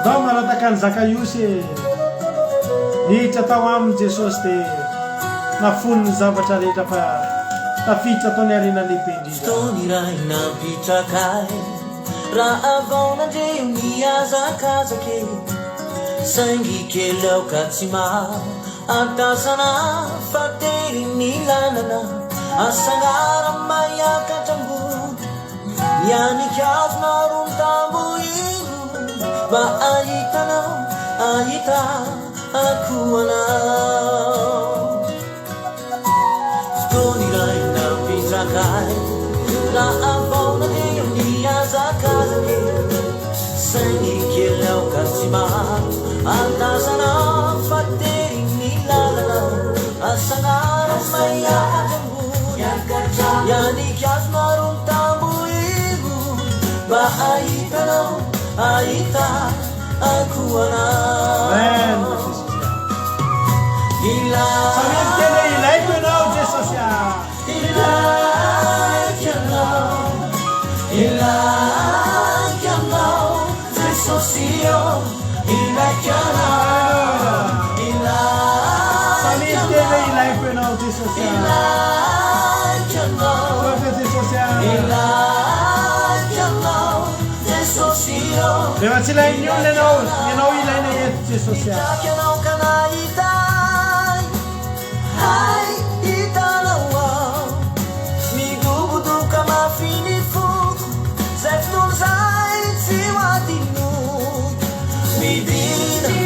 aminao koa jesosy anao le midina fandrosany aminao midina eny amboniny azo fafambaraky eny ndao fa hitoatra aminao Alleluia zay rehetra milany jesosy tenene jesosy ilaiko ianao tsy amidiko ianao teriziko ianao Fotoana nampitrakary raha avaona dia miazakazany saingy kely aoka tsy mara atazana fandery ny lalana asana maniakatra yanikazona rontamoiro mba hahitanao ahita akoanao Samitene ilaiko ianao jesosy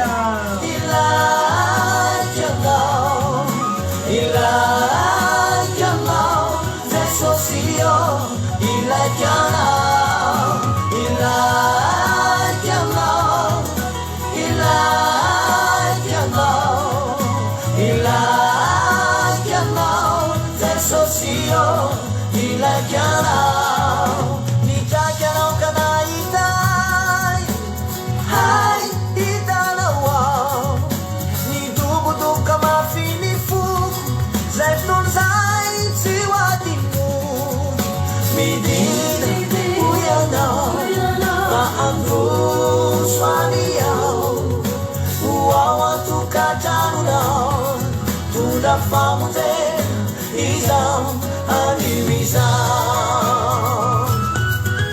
Nitaka nao kanaitai hai itanawa Nidubuduka mafinifu Zeftunzai ziwadinuk Midina uyanao Maandrus vaniyao Uawantuka janunao Tunda famuze izam animizam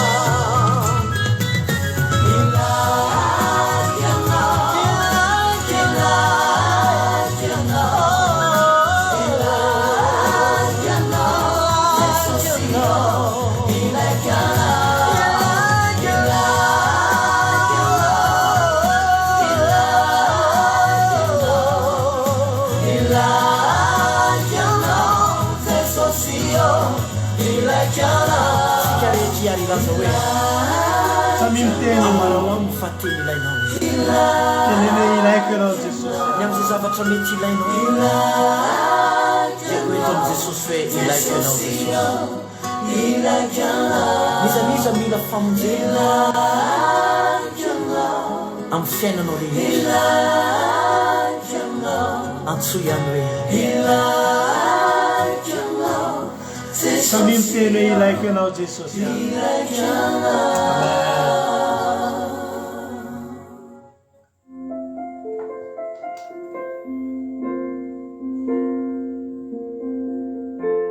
Alleluia Varahantsika vavaky zany iry zany ry avana malala rahantsika hiteny amin'ity androany ity hoe Jesosy io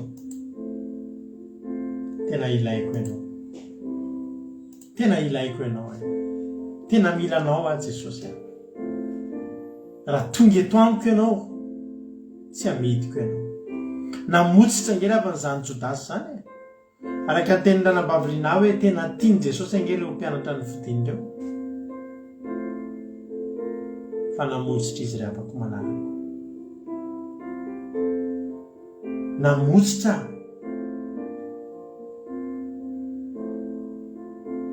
ianao androany aza mamotsitra ianao androany aza mamotsitra ry avako fa teneny hoe Jesosy ilaiko ianao Alleluia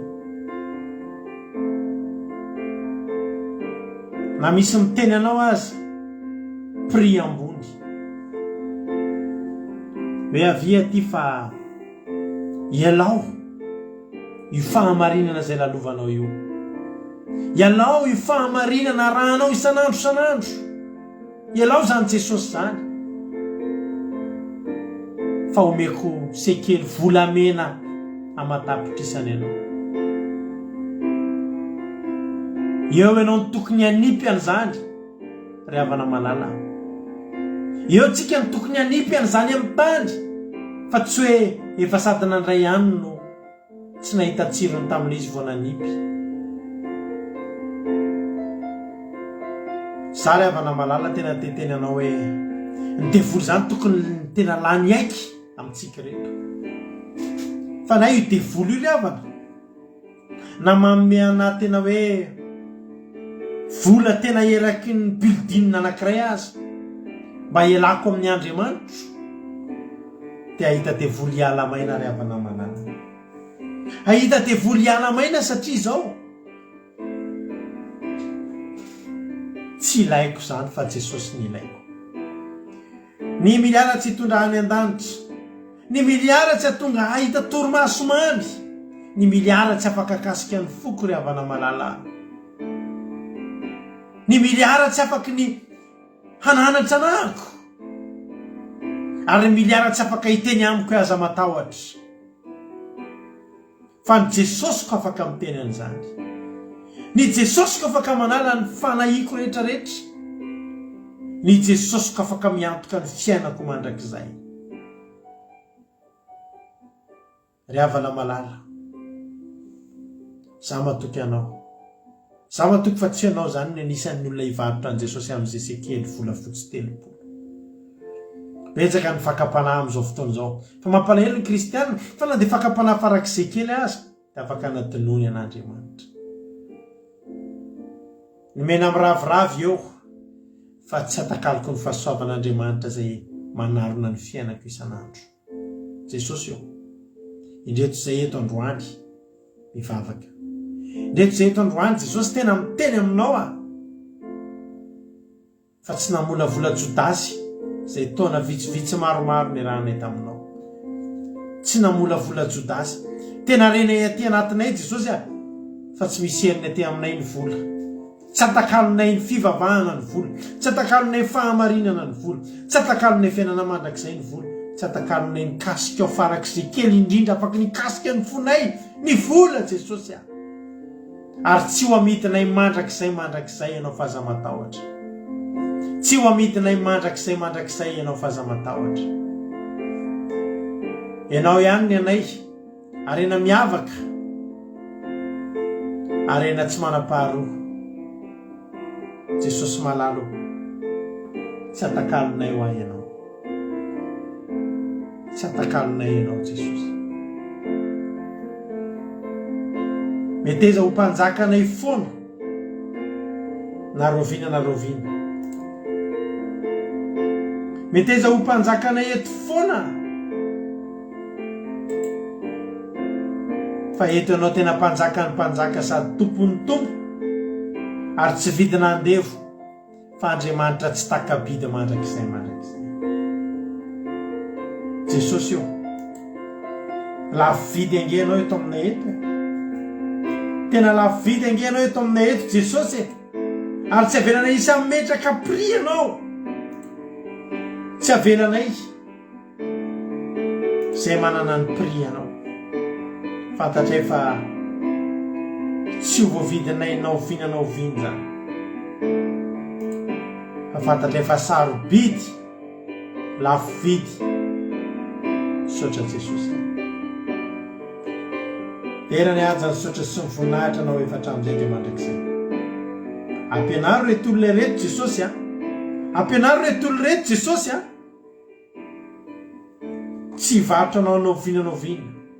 Ampianaro reto olona reto ahionina amin'ny fananana anao ho arena sy fanananay mandrakizay. Sotra Jesosy.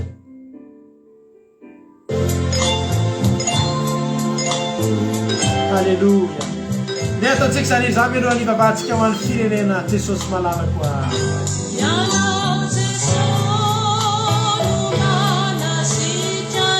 Ny vola tsy manasitrana. Tongotsika dia hivavaka ho an'ny firenena zany izany araka amin'ny anabavintsika Erika.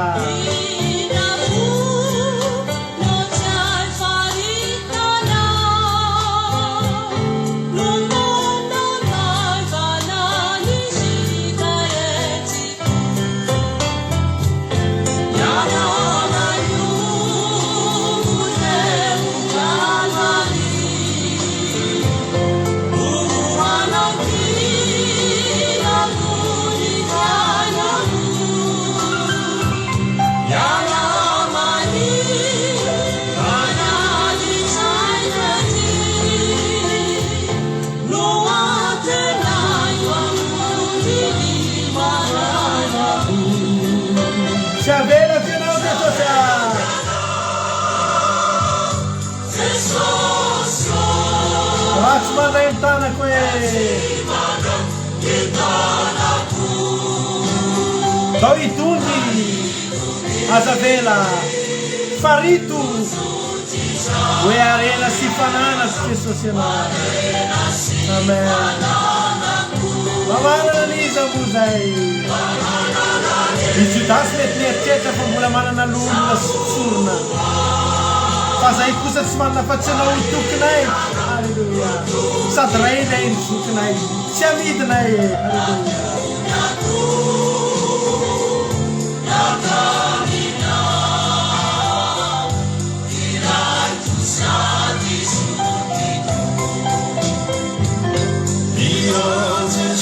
andona tena amizao pasika izao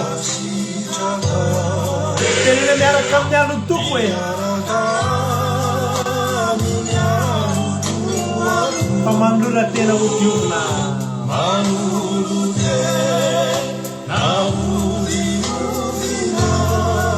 alleluia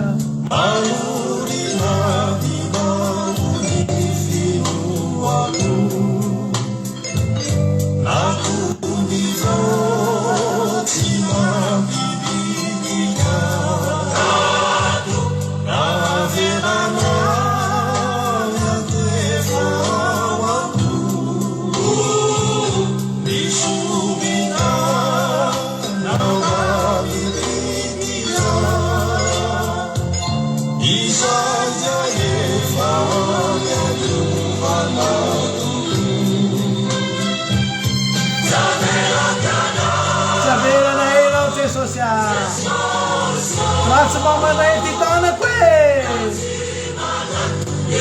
azo atao misy ny mitongy amin'ny Jesosy androany hoe Jesosy zay itongy mba handray ny tananao fa ianao ny arena sy fananako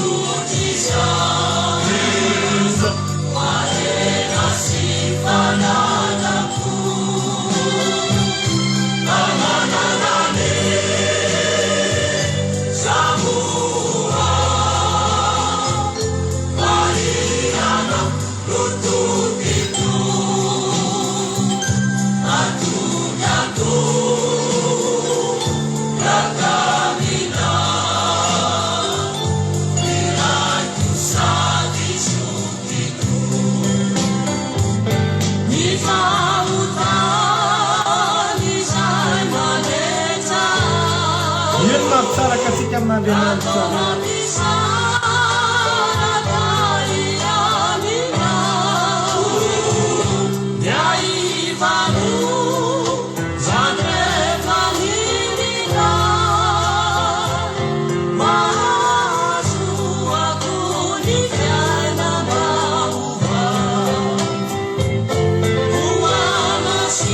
amasino mety anao aty Jesosy amasino mety anao amizao pasika izao e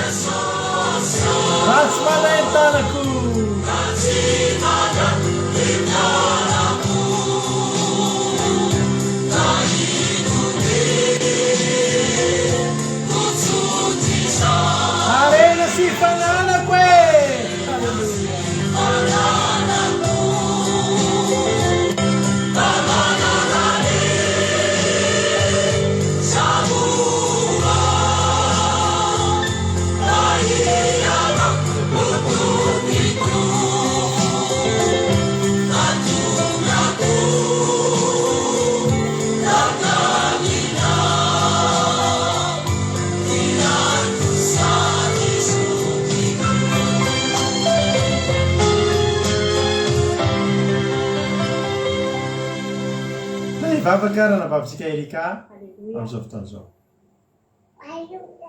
Aleluia. Mbola tahiriziko fatikena dia tahirizika rehetra miarivavasika maranana fotoana famitidiny. Andriamanitra ray tsara indrindra mbola misaotra sy mivera mankalaza ny anaranao ndraiky amin'ny fialan. Misaotra Jesosy tamin'izay rehetra nataony ao anay tontoloandro nakasitraka no fitantananao anay tsirairay avy dia toko masilalo mbola nafahanay indray mihaino ny teninao tamin'ity arivo ity mbola nafahanay nandrehan'izany afatra mamy avy aminao izany dia toko malalo tena nakasitraka dia fa tena hoe mahakasika ny fonay tokoa izany satria anisany nofidianao izay tsirairay avy eto matoa mbola tonga eto maharen'izany telo izany anisany tahaka an'ireo mpianatra 12 lahy izay dia toko malalo satria mbola tianao izay mbola miala menina taminay ianao dia sosy matoa izay mbola tonga eto tongotra ao dia makasitraka indrindra dia sosy malala satria nanokatra masom-panahinay indray ianao tamin'ity aly ity nampianatra anay indray ianao mba tsy hanao tahaka ny Jodasy dia sosy malala satria tsy voavidy vola makarena tokoa raha ianao Jesosy tena sarobidy aminay ianao sady tsy ahita tahaka anao izay Jesosy satria ianao tena ambony zavatra rehetra ambony volafotsy sy kely sy volamena Jesosy malala satria ny rahanao tsy voavidina izanay Jesosy ny rahanao tena nanafaka anay tsirairay avy nalasakao izany ho fanavotana anay famonjena anay dia soranay Jesosy soranay lehibe satria tsy voavalinay raha ny fitiavana ataonao anay tsy voavalinay izany Jesosy malala ka tsy hamidinay ho vola sekely 30 ianao Jesosy tsy hamidinay mihitsy ianao ary tsy afonay ianao satria ilainay fiainanay ianao milanao izay Jesosy mangetangetanao izay Jesosy matoa izany teny izany mbola tonga eto mbola misy olona tianao hovonjena hialana nenina Jesosy mbola misy olona tianao kasihana any lavidavitra Jesosy satria mbola manao tahaka ny Jodasy izy ireny Jesosy mahafoy anao mamaritra anao amin'ny ambongadiny Jesosy dia tena izany indrindra Jesosy mbola nahatonga izany teny izany tonga tamin'ny mpanomponao androany satria tena tsy tianao veto tsirairay avy Jesosy tena sambatra manana anao satria Andriamanitra tena fitiavana ianao Jesosy fitiavana ianao Jesosy fitiavanao tsy voavidinay Jesosy satra indrindra Jesosy mbola mitianay na dia mpanota izay somendrika eo anatrianao dia tena mbola hoe mitiavinao mbola miala menina foana ianao na dia minimana miala aminao izay tsirairay avy Jesosy na dia mbola andeha izay mahafoy ianao zavatra hafa Jesosy dia mbola taominao foana mitady mazaka fitiavanao mba hitodika aminao Jesosy dia makasitraka amin'izany teny izany Jesosy dia androany Jesosy tena hoe tehiriza takonay izany teny izany angatanay mitopanainao maso mba tena hoe hitahiran'izany teny izany ary be mbola voankazo izany teny izany ka hamatona anao anaran'ny fahotany rehetra Jesosy ka hiparika eo anatrianao hiala nenina eo anatrianao Jesosy satria eo aminao rehetra Jesosy fanavotana anay misotra indrindra Jesosy malala makasitraka tamin'izany teny mamy izany satria ny teninao dia zavatra roa lena Jesosy manitsy sady mananatra anay dia makasitraka indrindra Jesosy malala ankehitriny izay dia raha hivavaka ho an'ny firenena dia apetraka feno pelantanana izany vavaka izany Jesosy satria fantatrainao fa Andriamanitra feno vavaka ary fantatrainao fa mbola tian'izany firenena izany mbola miala nenina amin'izany firenena izany ianao Jesosy malala mbola tianao hafitra ny vahoaka malagasy tianao andray an'ilay rahanao soa Jesosy na dia minitsy mitodika aminao izy ireo fa mbola variana tahaka manao tahaka ny Jodasy Jesosy mbola manao calcul mbola mitady izay zavatra azahoana tombony amin'ny fanomponanao ampanarahananao dia ianao nefa Jesosy tena hoe tsy aza firenena izany satria ao tena maro mbola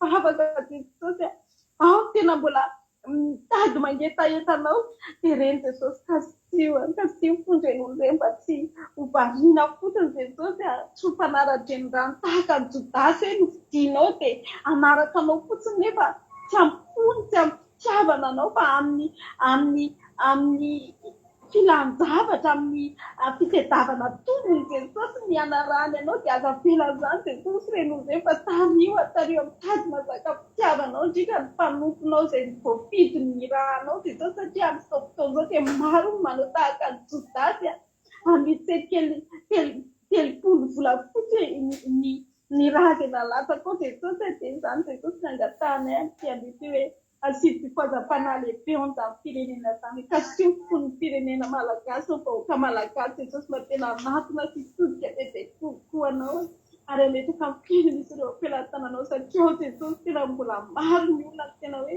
mbola toky amin'ny santy mbola mandeha amin'ny fitsangazangana fahotana fahatalana mbola maro be jesosy ny zavatra miseho amin'izany firenena izany nefa firenena tena hoe maninao izany firenena izany mbola anjakany jiolà mbola anjakany aretina maro samihafa ny fahantrana jesosy efa tsy lazaina intsony dia tena hoe angatanay jesosy amin'ny tananao hitsotra amin'izany firenena izany rahanao tena hoe anafaka amin'izany firenena izany tritra amin'izao akatokony pasika firavoravoana izao jesosy dia tena hoe tena anatona anao izy ireo hibebaka aminao jesosy malala satria ao aminao rery ihany ny tena vahaolana ao aminao rery ihany ny vahaolana izany firenena izany jesosy dia manindra fo amin'ny vahoaka malagasy ianao manindra fo amin'ny firenena ianao dia misy matoky izay jesosy fa tsy hanary an'izany firenena izany ianao mbola hiala menina amin'izany firenena izany ianao jesosy dia isaoranay ny anaranao jesosy dia raha andeha toza tsiray aby reto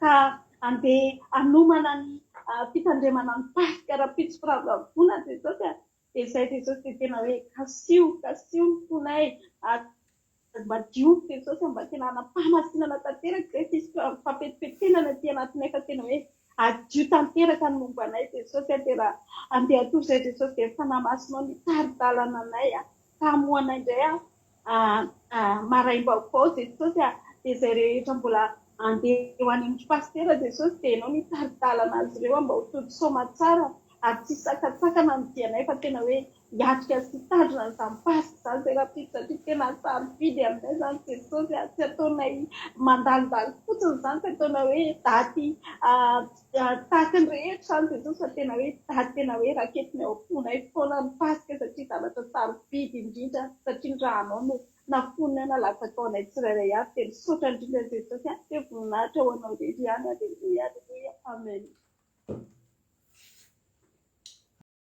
Alleluia, tena mamy izany vavaka izany raha Amerika dia tonga avasoa ihany koa ianao fa ianao koa anisan'ny ho avy aty raha-pitso dia mahereza Andriamanitra mahaly fitianao tamin'ny asan'Andriamanitra izay nataonao.